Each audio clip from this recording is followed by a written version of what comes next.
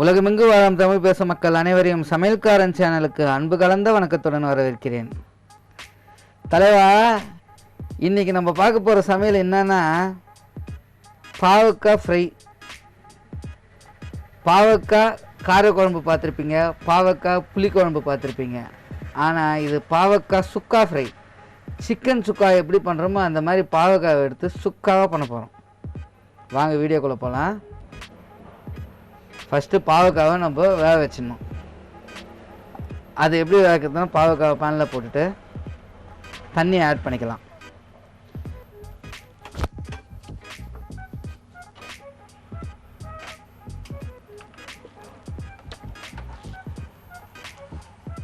தண்ணி நல்லா கொதித்து பாவக்காய் வேகிறதுக்கு ஒரு 10 மினிட்ஸ் ஆகுங்க.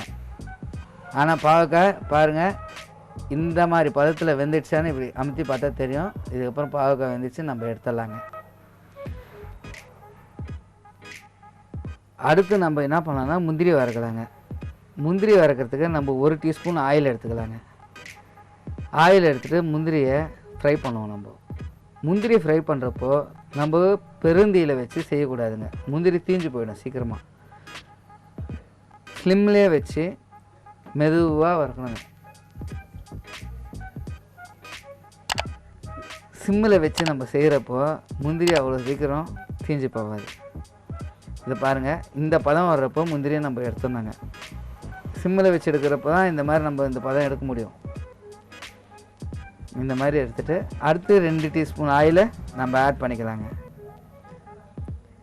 இப்போ நம்ம என்ன பண்ணுறோம், பாவக்காய் ஃப்ரை பண்ண போகிறோம். 2 டீஸ்பூன் ஆயிலை இப்போ நம்ம சேர்த்துட்டு கட் பண்ணி வச்சுருக்கோம் பார்த்தீங்களா ஆனியனு, அதை நம்ம ஆட் பண்ணிக்கலாம்.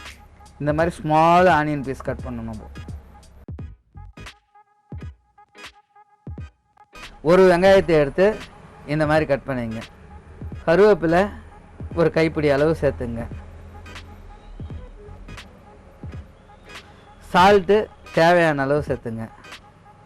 இந்த பாவக்காய் ஃப்ரை உடம்புக்கு ரொம்ப நல்லதுங்க. பாவக்காய்னாவே உடம்புக்கு நல்லது. இந்த பாவக்காய் ஃப்ரை உடம்புக்கு ரொம்ப நல்லது. மஞ்சள் தூள் ஒரு 1/2 டீஸ்பூன் போட்டுங்க.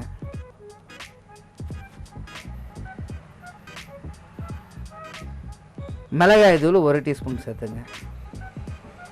ரொம்ப ஈஸி கூடங்க செய்கிறது. இது ரசம் சாதத்துக்கு, சாம்பார் சாதத்துக்கு சைடிஷாக ரொம்ப சூப்பராக இருக்குது. இது தனியா தூள் 1 டீஸ்பூன் சேர்த்துங்க. பாவக்காய் இந்த ஃப்ரை செஞ்சுட்டு இதை சாதம் வச்சுட்டு அதில் நெய் போட்டுட்டு பாவக்காவை போட்டுட்டு பிசைஞ்சு சாப்பிட்டோம்னா அது டேஸ்ட்டே வேறு. மிளகாத்தூள் வாசம் போகிற அளவுக்கு ஒரு 2 மினிட்ஸ் நல்லா ஃப்ரை பண்ணிங்க. அதுக்கப்புறம் பாயில் பண்ணி வச்சுருக்கோம் பார்த்தீங்களா பாவக்காவை, அதை சேர்த்துக்கலாம். இப்போ சேர்த்தாச்சு. இப்போ இதை நம்ம ஃப்ரை பண்ணுங்க. நல்லா ஃப்ரை பண்ணுங்க. சுக்காவாகிற அளவுக்கு ஃப்ரை பண்ணுங்க. சுக்கா பதத்துக்கு வர அளவுக்கு நம்ம ஃப்ரை பண்ணணும். அந்த சுக்கா பதம் வந்த பிறகு நம்ம தேங்காய் ஒரு 1/2 கப்பு துருவி வச்சுருக்கேன், அதை நம்ம சேர்த்துக்கலாங்க.